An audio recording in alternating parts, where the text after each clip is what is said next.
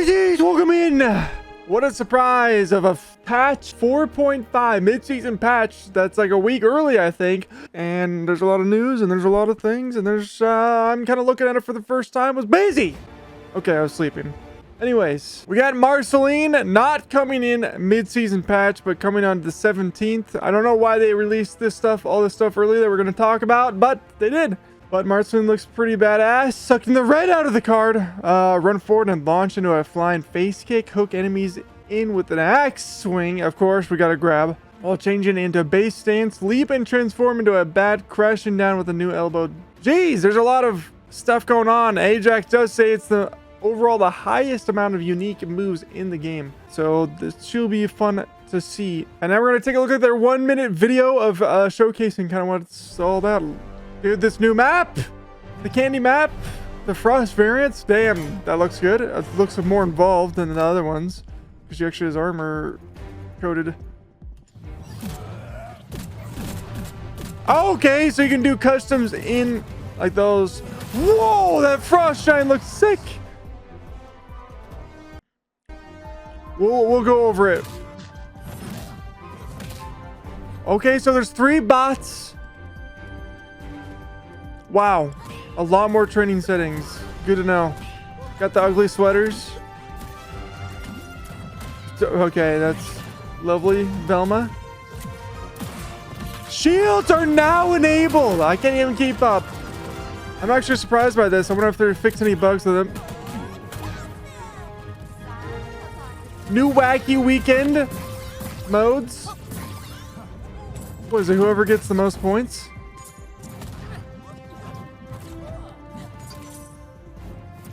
Wait, is that in a box where you just can't even die?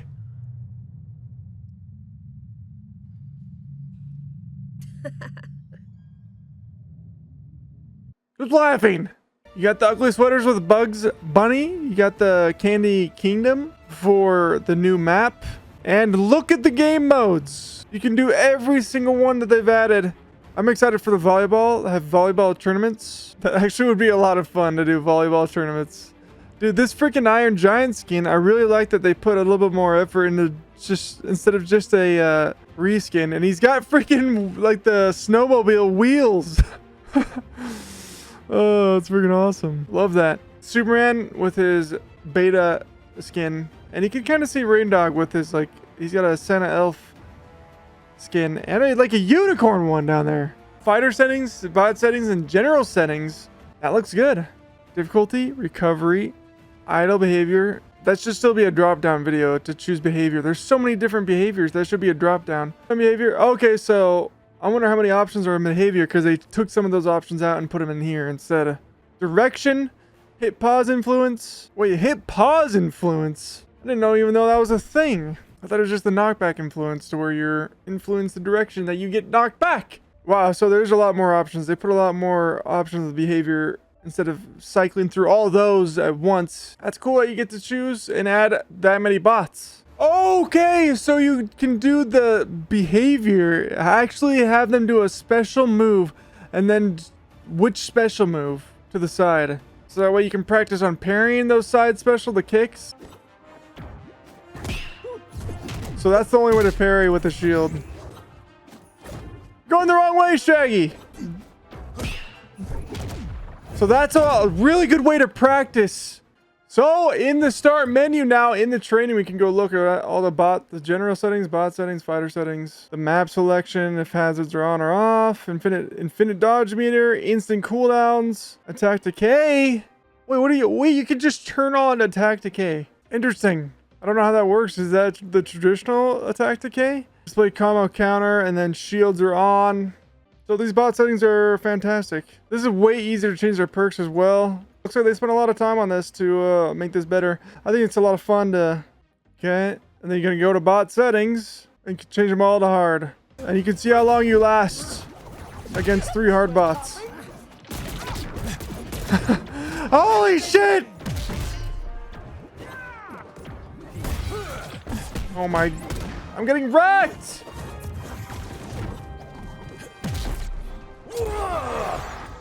And that's how long it lasts. Reset to defaults. How do you remove a fighter? Oh, you have to go to fighter settings. Before, the training had options to where it's just like, wow, or didn't have options to be like, dude, I want to do this. But now this made it easier. You can reset it to default pretty easily.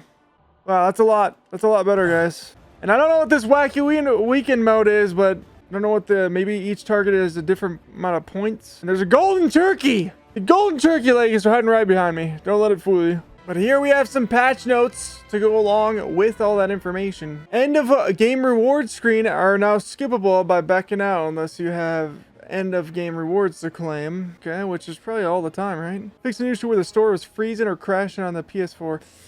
PS4 players are having it rough. Guys, they need you to spend your money. Arena, I don't know if you read those changes, but they did those earlier. Just making the game faster. You lose health faster. So there's less rounds. You gain more interest. They try to make it so you have separate teams, not dual teams. I don't know if I like that. People are saying that they wanted to choose who they wanted to choose. Oh, they did increase it from 4 to 6. It was like 8. Then they brought it down to 4. And now they put it to 6, I guess. Reduced lag seen in the shopping phase. Well, that's good. That was one of the big problems I had with it. Item changes. I'm not going to go through all these changes. You can read them if you want. That's a lot of the item changes for the arena. That's a lot. I feel like they've done more balance to this than the actual game. Yeah, that's not true. That was a joke! The Enter the Arena event is now available. A winter theme to celebrate the holiday season. I thought there was going to be more themed events like that. Several bonus maps have had their background audio updated. That would be cool to see. Maybe it's Christmas theme? Every ranked map pools, Trophy Edge 3 has been removed. Yeah, I really wanted to play Trophy's Edge 5. Netcode! Bandwidth usage improved. Network traffic reduced by 60% on average and up to 80% for some cases. What? No way. How is that even possible? I want more details on that stuff. How is this going to improve? Like, what is this? What's happening? Less prone to issues when packets are being dropped should improve for players who regularly drop packets. Wi-Fi users! You know what? They deserve a worse connection. Connections at the beginning of the games are less prone to issues with longer loads. So we got shields enabled officially. And if those of you don't know shields, you hold the neutral button to get rid of shield and it drains your dodge meter. To parry, you have to hit down on your joystick. You can dodge out of it left or right, and it counts as a dodge attack. If you hold shield and do your normal attack, X for me, or the RB, the right bumper, works to do a shield break. You can use it normally in a combo, or you can use it to break their shield or armor. So it's going to be universal armor break. You can do an up attack, an up tilt attack. The problem is if you do shield and armor break really fast, it will do that. So you have to hold shield and then do the armor break or the up tilts, or you can jump out of it like that. And that's how shields work basically. Now there's some other combat changes. Dodge attacks no longer cost dodge meter to perform. Wait, dodge attacks cost the same amount of meter as a normal dodge. They basically put dodge attacks no longer cost dodge meter to perform. They just meant that you dodging is the meter it costs. That might help me because I literally go out on burnout because I want to be more aggressive. So we'll see how that goes. I hope that's a good sign and it makes a good difference. This only costs 1 dodge meter.